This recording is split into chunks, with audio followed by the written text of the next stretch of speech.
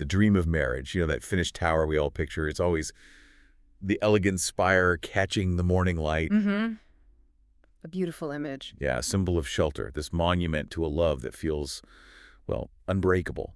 And in that first rush, we just start building, right, pouring that foundation with emotion, commitment. But P.G. Sebastian warns us, doesn't he? The ghost haunting these grand projects, especially marriage, it's usually not a vision failure. It's simpler. Simpler. Yeah, a failure of accounting, which is exactly why we're doing part 2 of our mini-series, Counting the Cost. It all comes back to that basic wisdom. Yeah. Estimate the cost before you build. Or you lay the foundation, and then, whoops, can't finish. Exactly. You run out of resources. And the architect's ledger, as P.G. Sebastian calls it, lays out a tough truth. The worst bankruptcies in a partnership, they're never really financial. No, they're the emotional debts, the psychological overdrafts. That's what leaves the tower exposed, vulnerable to resentment, regret. Chilling elements, yeah. Yeah. Our mission here, aligned with Steps to Forever, is all about clarity. We want to bridge PG's insights with real-world application, helping you build towards forever. Because, like the tagline says, forever should be built with clarity. Precisely. So let's unpack this architect's ledger. Today's deep dive is into the two, maybe the biggest, unbudgeted expenses in love: emotional labor and psychological exposure. Mm-hmm. Mm-hmm. Huge ones. Yeah, we're trying to read the fine print, the hidden psychological contract. Why do we consistently fail to budget for the sheer psychic energy it takes to truly live with another person intimately for decades? Well, the first misstep Sebastian points out, it actually starts before the relationship really gets going. It's in our own minds.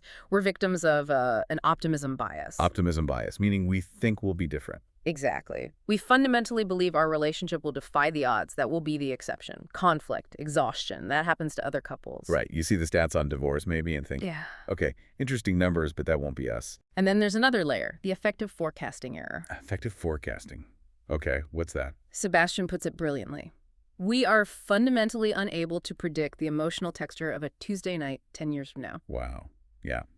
A Tuesday night, not the honeymoon, not the big anniversary, just Tuesday. And it's not just that we can't predict it. It's that we only really forecast the highs, the bliss.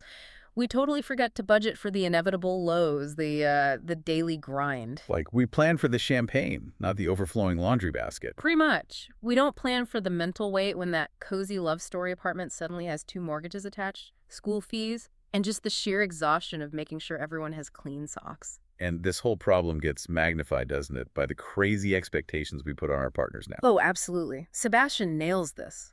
The modern partner is supposed to be this all-in-one soulmate. Best friend, therapist, lover, co-parent, career coach. Spiritual guy, yeah, the list goes on. It's an impossible job description. Totally impossible. And because the expectation is so huge, it generates what he calls staggering psychological overtime. Oof, overtime. How can one person possibly do all that sustainably? They can't. But when they inevitably fall short, we don't see it as a flawed blueprint. We see it as a flaw in the person or the relationship itself. And that feeling of failure or being failed, that feeds right into the implicit contract, doesn't it? Directly. This is that unspoken deal we make in our heads, about who's going to absorb the stress, who's the rock, who provides the comfort. Always. We basically assume our partners signed up for a role they never even auditioned for, let alone read the script. And here's the really tragic part. When one partner just can't anymore, they're depleted, the well's dry, and they pull back a bit. We don't see it as exhaustion. Rarely.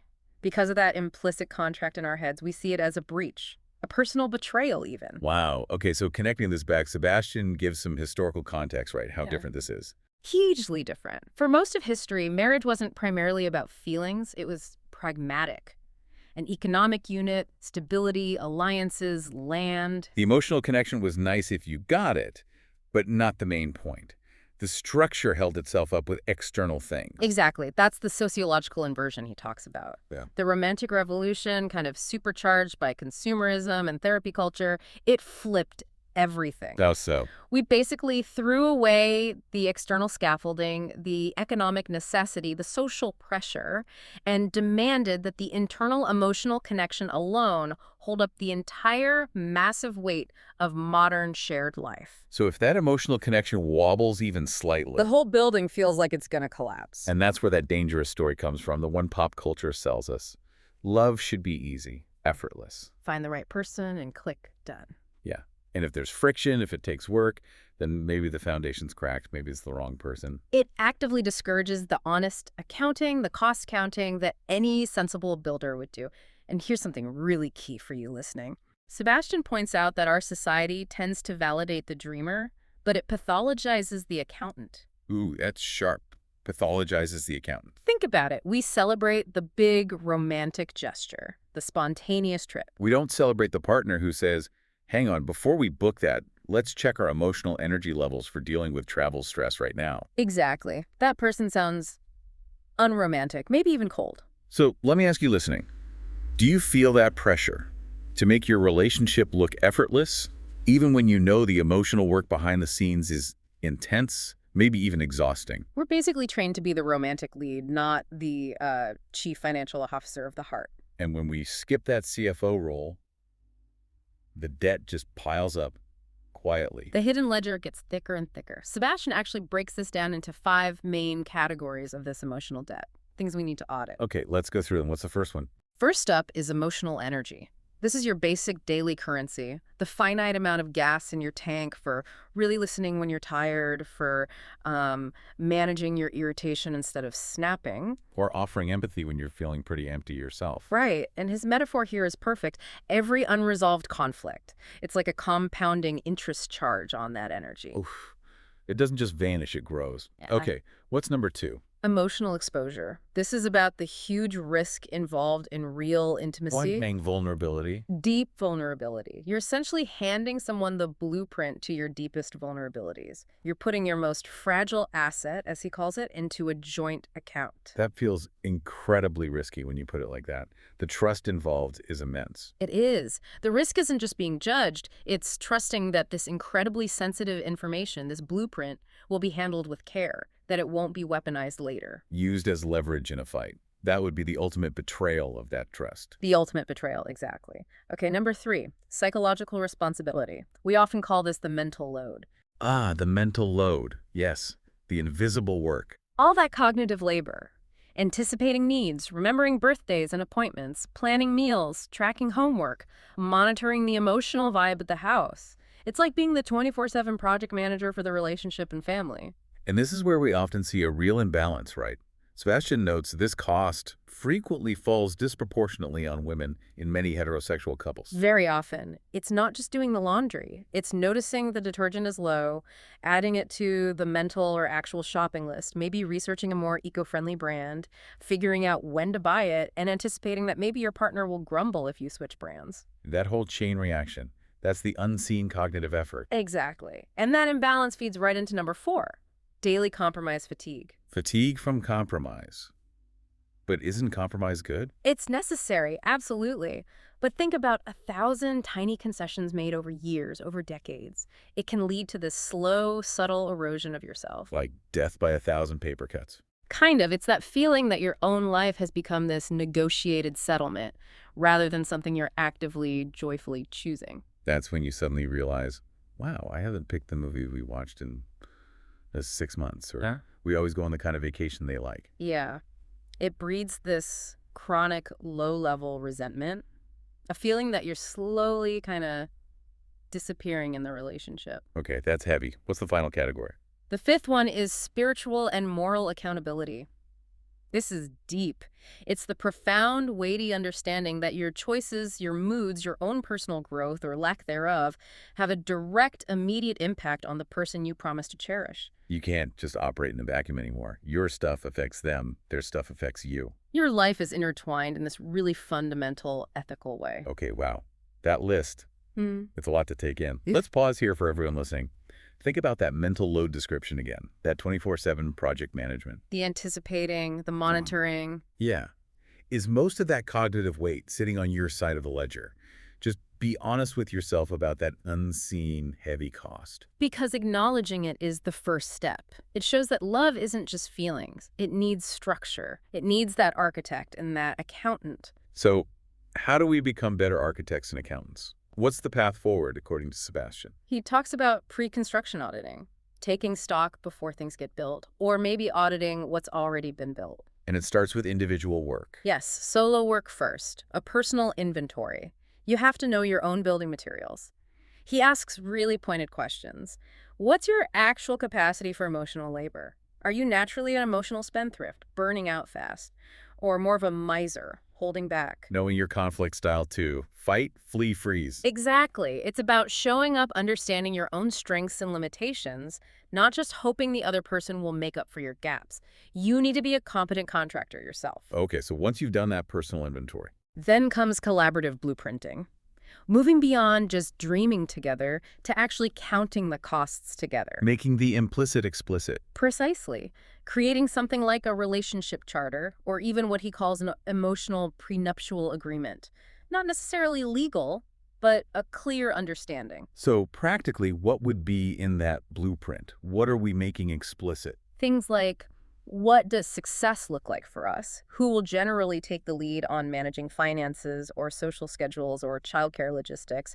What are our depletion signals? Depletion signals, like a code word. Yeah, maybe a phrase or even just a look that means, okay, my tank is flashing empty, I need backup, I need you to cover me, or I need us to call in external support. Making it safe to say, I'm tapped out. Exactly. And that leads to another key practice, emotional budget meetings. Like a regular check-in on the emotional finances. Yes. Sebastian advises making it a recurring, sacred time. Not when you're already fighting, but a calm, non-blaming space to check the ledger. Where did we feel overdrawn this week? Where do we have a surplus? What support do we need next week? That reframes needing support completely. It's not weakness anymore. No, it's just necessary maintenance for sustainable building, like paying the mortgage or fixing a leaky pipe. It has to be done. And sustainable building also needs support from the outside, right? Not just within the couple. Absolutely crucial. External scaffolding. PG Sebastian really emphasizes this.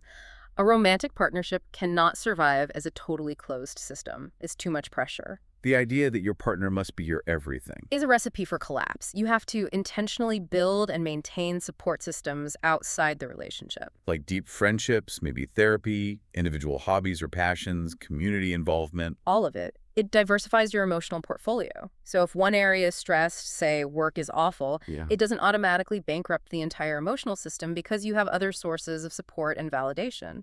Okay, that makes so much sense. Diversify the portfolio. And the final piece for building strong. Grace.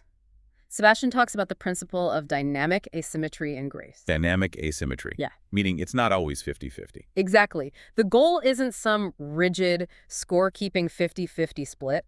That can actually be destructive.